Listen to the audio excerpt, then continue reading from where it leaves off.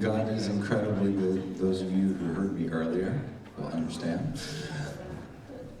All right, so we're handing the sheets out this morning, and so my voice is pretty rough, if you can't tell. So we're going to read through a little bit. We'll watch the videos. But we've been working through this series, Emotionally Healthy Relationships, and today is about listening incarnationally. And so just at the top of the sheet, the incarnation simply is God taking on human form in the body of Christ.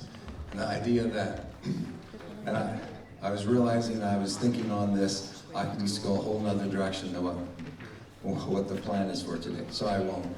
But just again, how incredible it is that God chose to step into human form. How incredible it is that God came, right? Jesus could have showed up out of the blue, said, hey, I'm the Savior, did what he needed to do, but to actually be born into humanity, right? Walk out life, understand that at a level that you only get as you live it. The fact that now there's a human in heaven, both God, both man, again, and that hadn't been there before. There's so much wrapped up in this whole incarnation. But that's not the focus today, other than the idea of incarnational listening is that we step into place and we come with an ear to hear. So Philippians 2 says, Jesus, although he existed in the form of God, did not regard equality with God a thing to be grasped, but he emptied himself, taking the form of a bondservant and being made in the likeness of men. Being found in appearance as a man, he humbled himself by becoming obedient to the point of death. And again, so there's nothing that God, nothing that Jesus, nothing the Holy Spirit ever asked us to do that God wasn't willing to do, all right, himself. So then for the Bible study, we're just going to take a few minutes, but John 1 says, in the beginning was the Word, and the Word was with God, and the Word was God. He was in the beginning with God. All things were made through him, and without him nothing was made that was made. And then verse 14, and the Word became flesh and dwelt among us, and we beheld his glory as the glory of the only begotten of the Father, full of grace and truth. And so again, Jesus steps into our lives, steps into humanity. He chooses to dwell with us. So, and we'll just take a few minutes on this, but the question is, reflecting on the time, or if you want to write it down, describe when you left your world and entered into one very different from your own. And so that could be, you went to Amish church, right, which I've done, which is definitely a different world. You could be given, if you went to a different part of the state, or a different part of the nation, or a different part of the world, or you changed jobs and the culture was radically different. Just reflect a bit on what it was like to again, as it says, enter into a very different world than your own. Let's do like 4 minutes.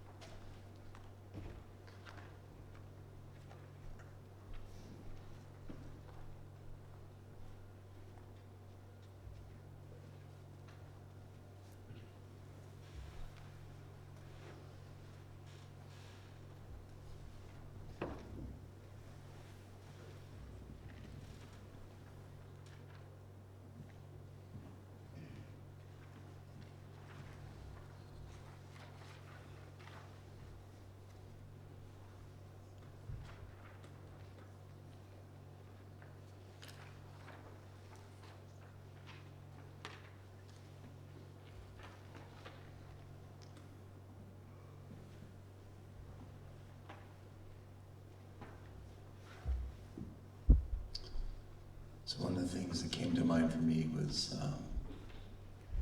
with Goshen College. We went to Haiti and then they had a revolution while we were there, so they moved to Jamaica. And so in Jamaica, they speak English, but it was a British colony for a while, so you have that difference. And then the more rural areas also had what is called a patois. So it's English, but it's got some other native language tossed in there, and then it's been corrupted, for lack of a better word. So boy was boy, B-W-O-Y. And so remember, my friend and I were talking to a local boy, and he asked us, have you seen this other boy? And it took us about a minute to figure out what he was saying, even though he was speaking English, right? And so what you saw in Jamaica was just the same, but not the same, right?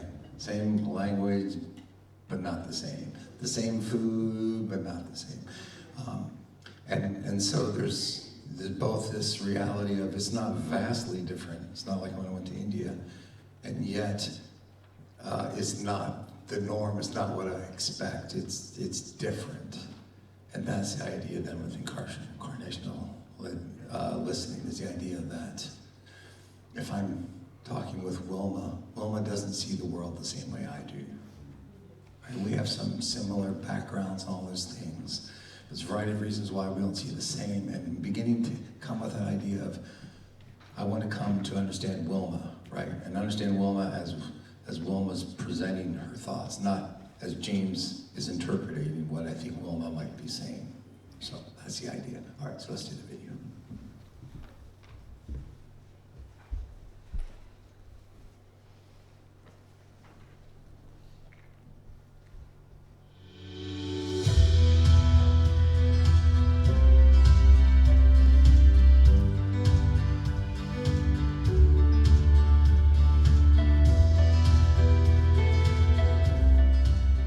Session 5 and our next skill, incarnational listening.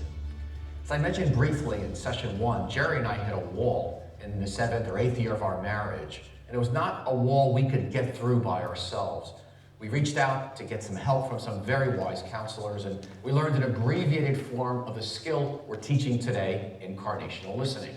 This was a skill that got Jerry and me launched on this journey of emotionally healthy discipleship. The only kind of listening I knew was for the purpose of defending myself or giving an opinion or advising. Up to this point, we used a type of machine gun, rapid-fire communication. Jerry and I finished each other's sentences. Actually, I finished everybody's sentences. We interrupted each other. Incarnational listening was such a revolutionary experience that it changed not just our marriage, it changed our relationships with our children, our family, our friends, our neighbors, the leadership of our church, and of course, the entire church. Everything. Everything. The reason this happened is because this type of listening transformed our ability to love. David Augsburger, a theologian, said it best. Being heard is so close to being loved that for the average person, they are almost indistinguishable. As you can see in your workbook under incarnational listening, the goal of this skill is to listen at a heart level with empathy like Jesus, attuning to the words and nonverbal cues of another person. But since this skill involves speaking as well as listening, we need to talk briefly about how we speak to each other in the new family of Jesus as well. Absolutely. Speaking is critical. So let me ask you, how did the family you grew up in speak to one another? This is important because we tend to speak to others the way we were spoken to. For example, my family used sarcasm, and we had certain facial expressions and tone of voice that were often disrespectful. Since most communication comes through nonverbals, it's easy to understand that no matter what your words say, your heart comes through your tone, facial expressions, and body language. People will respond to those things more than words. In the new family of Jesus, we speak differently. And it's marked by 4 characteristics. We speak respectfully, honestly, clearly, and in a timely fashion.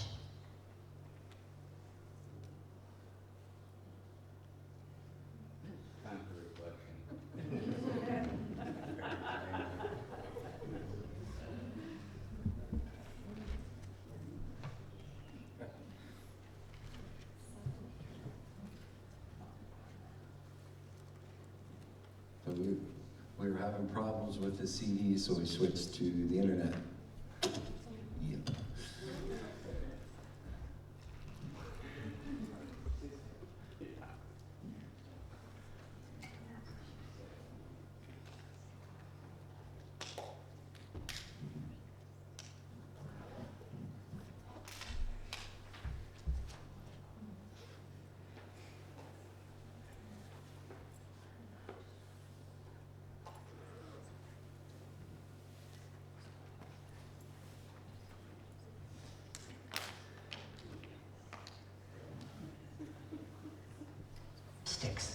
We speak respectfully, honestly, clearly, and in a timely fashion.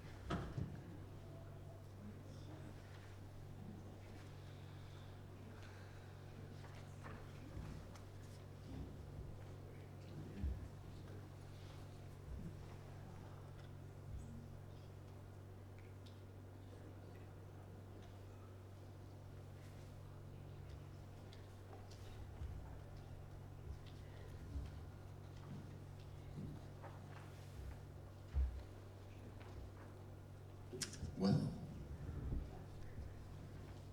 a few announcements while we wait. The way your family spoke to one another. By respectful, that means we take the other person's feelings into consideration. Did you know that Ephesians 4 says that we are to speak in a way that makes it easy for the listener to hear our words? For example, instead of saying, "That's your idea? That's ridiculous," you can say respectfully, "That's your idea? That's interesting. Help me understand it." Secondly, we speak honestly, and that is a lot harder than it sounds. But the truth is, you have a right to your feelings and thoughts and to speak them. Instead of speaking dishonestly and saying, "I don't mind if you're late tonight," you say, "Yes, I would mind if you're late, and I would really appreciate you home for dinner by 6 p.m. Thirdly, we speak clearly. No hinting, beating around the bush, or being too vague. For example, instead of vaguely saying, "You never cook," you can say, "I would really like you to cook 2 nights a week." Or rather than hinting with, "Are you busy Friday?" you can clearly ask, "Would you be willing to take me to the doctor's on Friday?" And finally, we speak timely. We are aware of when we or the other person are tired, irritated, or short on time. And if necessary, we wait for a better time. We like to summarize it this way. In the new family of Jesus, we do healthy speaking. We speak respectfully, honestly, clearly, and in a timely fashion. So think with me for a moment. In the last few days, when has your speech not been respectful? Maybe you blurted something out. Or maybe you didn't take the feelings of the listener into consideration. Or when wasn't it honest and clear? That is, you didn't truly say what you thought or felt, or you were beating around the bush. Or you didn't do it in a timely manner. You were impulsive rather than waiting for a good time. Imagine how you could have done it differently. Now let's think about listening together. As you can see on your screen, there's a picture of unhealthy togetherness. It's where we don't respect our differences, And it's hard to see where one person ends and another begins. In unhealthy togetherness, we want or expect a person to think and feel the way we do about things. When they don't, we may feel threatened.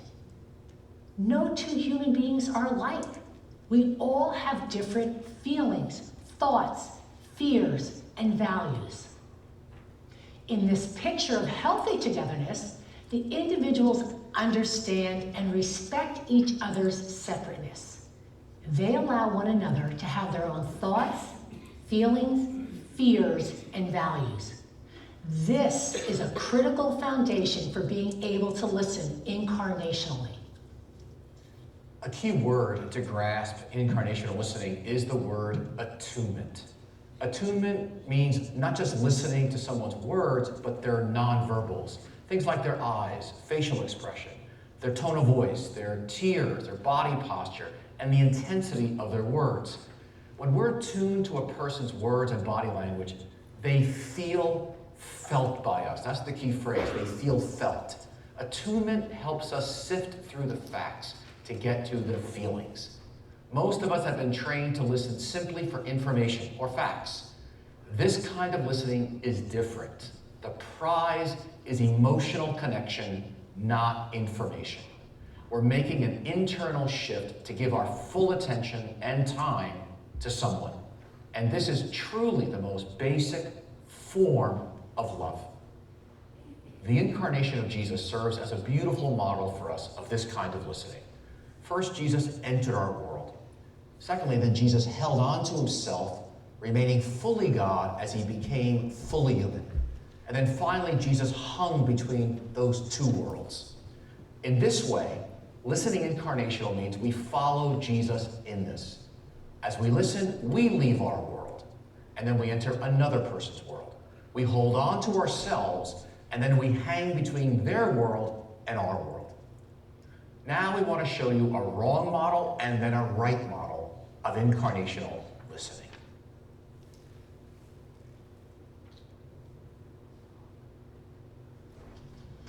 Hey, Drew. Hey, Carrie. Thanks for being willing to meet with me at lunch. Of course. So, I got the email about the new project we've been put on together. Mm-hmm. It's kind of amazing we've been doing projects together for 3 years. 3 years. Wow, that's amazing. Yeah.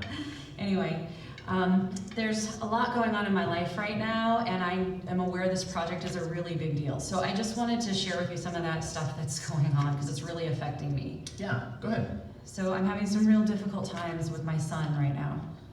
Last week he got pulled over by the police for driving under the influence. It's just really got me shaken, you know? I mean, he's been a little depressed and withdrawn lately, but I just can't believe that he would have this kind of risky behavior. It really worries me, you know? I'm just so angry that he would risk his safety and other people's safety like this, you Harry, know? you know, honestly, when I was a kid, I would make mistakes all the time. One time I got arrested for shoplifting. You know, he's just a kid now. He'll be fine. Believe me, just trust me. I think he'll be fine. Okay, well, I just want you to know that I do really care a lot about this project, but it's really large, and with everything going on in my life, it's a little overwhelming to me right now. I feel like I'm really gonna maybe need to take some space and time. Carrie, let me just stop you. You know, I think I gotta go now. Let's talk about the project next week, okay? I think that would be best, probably. Okay?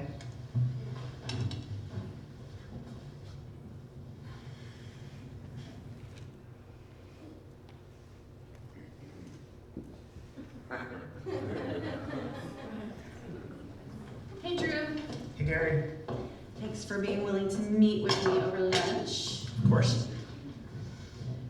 So, I got that email about the new project that we're on together. Mm-hmm. Can you believe it's been 3 years that we've been doing projects together? Wow, 3 years. Yeah.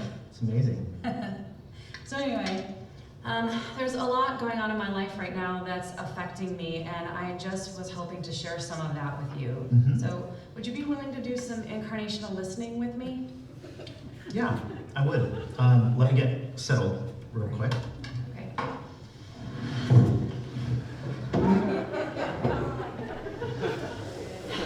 It's the biggest thing impacting me right now is just some really difficult stuff going on with my son. So the biggest thing impacting you right now are some really difficult things happening with your son. Yeah. Last week, he got pulled over by the police for driving under the influence. It just really has me shaken. So last week, he got pulled over driving under the influence, and it really has you shaken. It does. I mean, he seemed a little depressed and withdrawn lately, but this has me really worried because it's just such dangerous behavior, you know? Can you repeat that again? Yeah, I mean, lately he seemed kind of depressed and a little withdrawn. You know, I wasn't too worried about it, but now I don't even know what to think because he's just, this is so dangerous. Yeah, so lately he's been depressed and withdrawn, and you didn't really think much of it, but now it has you really concerned after what's happened. Yeah, yeah. And, you know, I'm also just so angry that he would risk his safety like that and other people. Yes. Yeah, you're so angry because he would not only risk his own safety, but the safety of others. Yeah, I'm so relieved that nobody got hurt, so that's good. Wow. You know? Yeah, you're relieved that no one got hurt, which is really good. Yeah, but I just feel so guilty, Drew, because I've been so focused on work, and I'm wondering if I've missed signs, you know, warning signals of his mental health.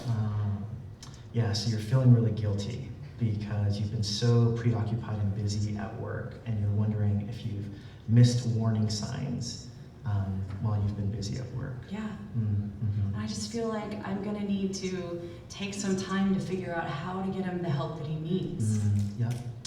And you think that you need to take some time just to figure out whether or how you can get him the help that he needs right now.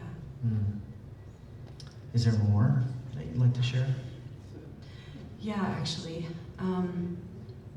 This is taking up a lot of my mental and emotional space. You know, I just really wanted you to be aware of it. Yeah, so you want me to know that this is taking up a lot of emotional and mental space for you. You care about the project, but it's just a lot with everything going on. Yeah, and you know, I'm really excited about this project. It's a great opportunity. Yeah, so you're really excited about the project that we were going to talk about, but yeah, you're really excited. I am, but also I'm just looking at the size of it. I'm feeling overwhelmed, you know, in light of everything else that's going on in my life right now. Yeah, but in light of everything else happening in your life, you're feeling really overwhelmed. I am. Yeah. Of everything that you've shared with me today, what's the most important thing that you'd like for me to remember? I really want you to know that this project matters to me a lot, and I really enjoy working with you.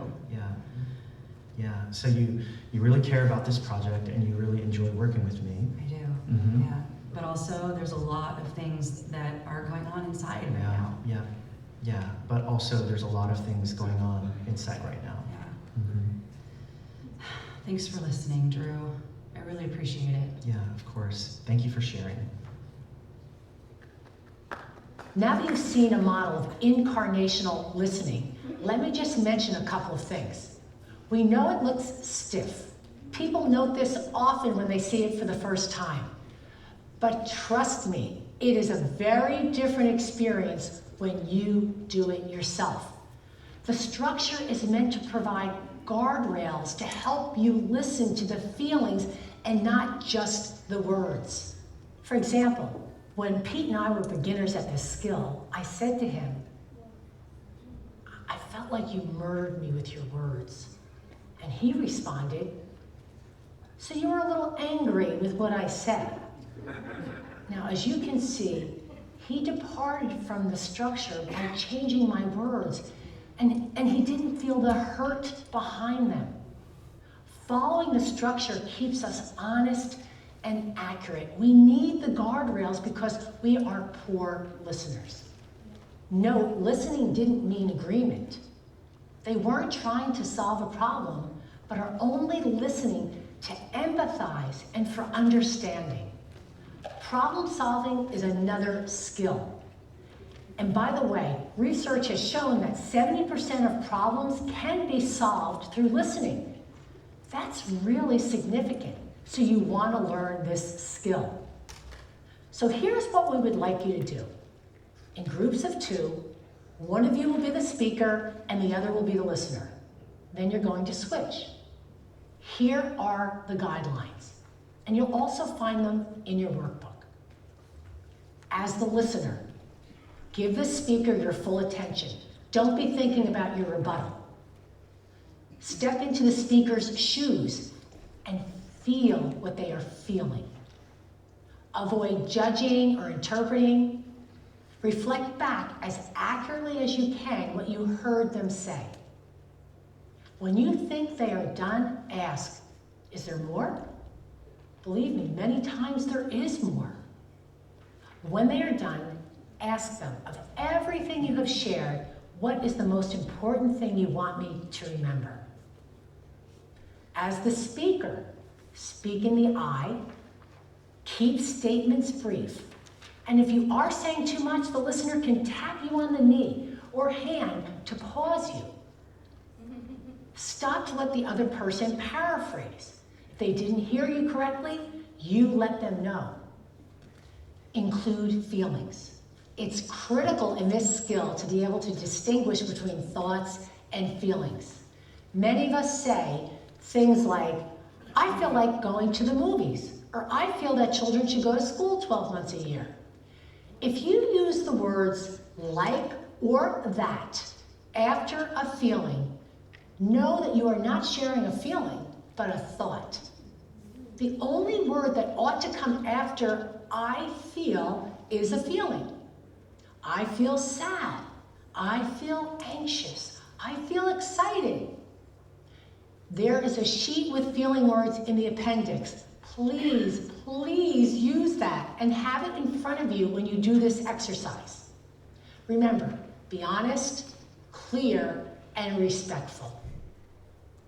Now turn in your workbooks to the partner activity for this session and follow the instructions in your workbook. You will be sharing around this question. What is the biggest thing impacting you right now? And how are you feeling about it?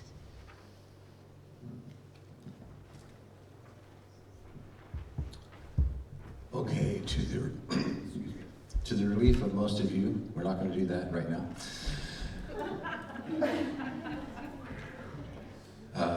So it is, if you look at for the weekly questions to consider, day one is that question.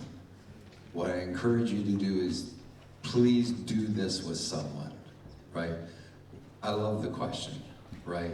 It really is an invitation just to share, this is what's happening in my life and I want to hear it.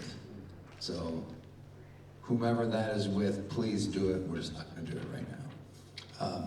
One of the things I wanted to make note of, so I wrote it down, I thought it was important, on the first page where it says, as the listener, it says, give the speaker your full attention. And then she added, don't think about your rebuttal. I have certainly been guilty of, if Greg and I'm not agreeing with his point as I'm listening, I'm not really listening to Greg. I'm already formulating what my response is so he knows that I'm right. Right? That's not listening, right? We're not worried about rebuttal. We're actually here to listen to hear what they say. Okay, so I thought about it originally when I read through the list. I didn't remember her saying it, but to me that's important. You truly give them their attention. You're not thinking about the response, what's going to be. And often that happens in an argument, right? I'm not listening to the person I'm arguing with. I'm coming up with my rebuttal. Okay, so what we're going to do is 4 minutes again. So on below as a speaker it says, how was your family of origin at listening and speaking? Name one or two obstacles you'll need to overcome to grow into a person who listens well. So maybe your family didn't talk a lot. Maybe, like I always chuckle, my brother married a good Italian. And I grew up a quiet Mennonite. So we go to visit. I'm visiting them, so it's all her family and me, and just as I was reading supper, the volumes got louder and louder and louder because he couldn't hear, so he just talked louder. And then they can't hear, so they talk louder. And again, was not the norm for how we grew up. Nothing wrong with it, just not the norm. You know, so for them, what listening and speaking looks like, the response would be different than what it looks like for me. But again, was it okay to share your feelings or not? Were people listened to or not? Was it, you know, older people can speak and younger people, you just don't say a word. Again, just take a few minutes to reflect on that, and then, because the obstacles that were there often play into our lives now.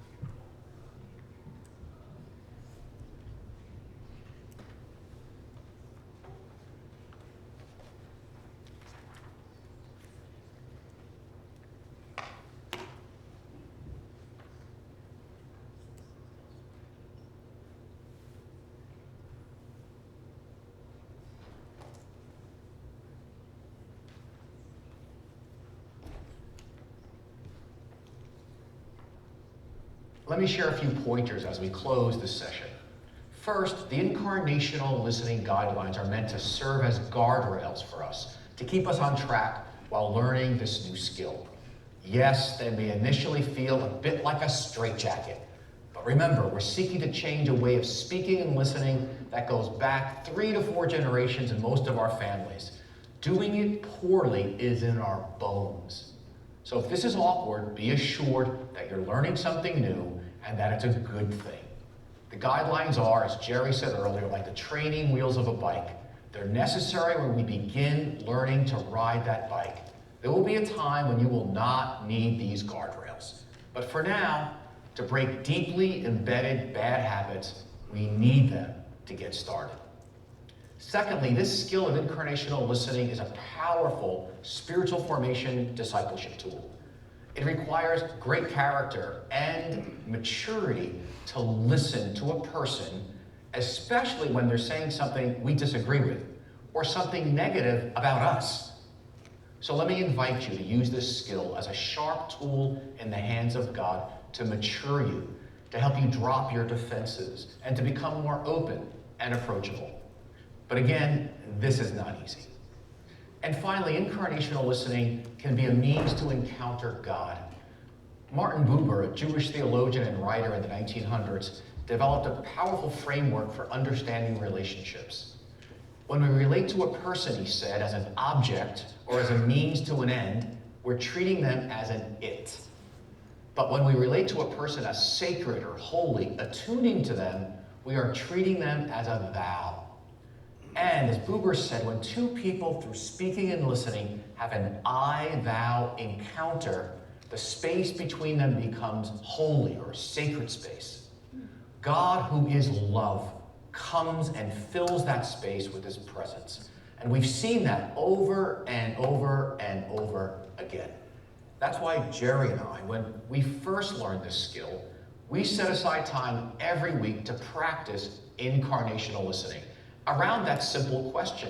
What's the biggest thing impacting you right now, and how are you feeling about it? Yeah, I will never forget the first time I experienced the fruit of this skill and evidence of how God was changing us. Similar to what you did today, Pete and I, we sat and we practiced the skill on several occasions. And then one day I was at the kitchen sink and Pete walked in and asked me a question. He wanted my opinion about an issue he was struggling with related to work. In the past, he didn't really want my opinion. It was just his way of processing out loud. But on this day, he looked into my eyes and he was very present with me. He said, I really want to listen to you. Your thoughts and your feelings really matter to me. I almost fell on the floor. I was grasping that this wasn't just an exercise anymore, but something profound. Woo, here I go, was changing in him and in our relationship. It was a very holy moment. Again, this is not a problem-solving skill. That's the skill of clean fighting, which we will learn later in the course. The greatest gift we can give the world is to love people in the name of Jesus. And make no mistake about it, that requires listening. Henry Nouwen said it this way: from experience, you know that those who care for you become present to you. When they listen to you. When they speak, you know they speak to you. Their presence is a healing presence because they accept you on your terms. And they encourage you to take your own life seriously. And friends, listening is one of the greatest ways we can do that. Sadly, we as the Church of Jesus Christ, we're not known for being great listeners. So for the next week, we ask that you practice incarnational listening at least one time with someone. Decide when and with whom you'll practice the skill in this upcoming week. And use the question, what's the biggest thing impacting you, and how are you feeling about it? And continue prayerfully doing the devotionals from the Emotionally Healthy Relationships Day by Day devotional. Week 5 on incarnational listening complements beautifully what we've done in this session. And may you be present to the God who is present to you. May you listen to him who so faithfully listens to you. And as one theologian has said so well, May you behold the one who beholds you and smiles. I was talking to my chiropractor this week, and I'm in getting my back stretched, and the next room over, they're chatting back and forth, and then he said, we were just talking about people who need to talk. And he said he has a couple of patients where he said, I literally am very intentional when I schedule them, so when they come, they have opportunity just to talk, right? So it's not bumping into the next person. I thought, what a great way of just honoring their need to express themselves, right? And he can listen and he can schedule it so it works. But that's a very practical way of just saying, all right, I'm going to listen, right? So again, the days 1 through 5, I always encourage you to do those, but especially this week, day 1, take time to do that with someone.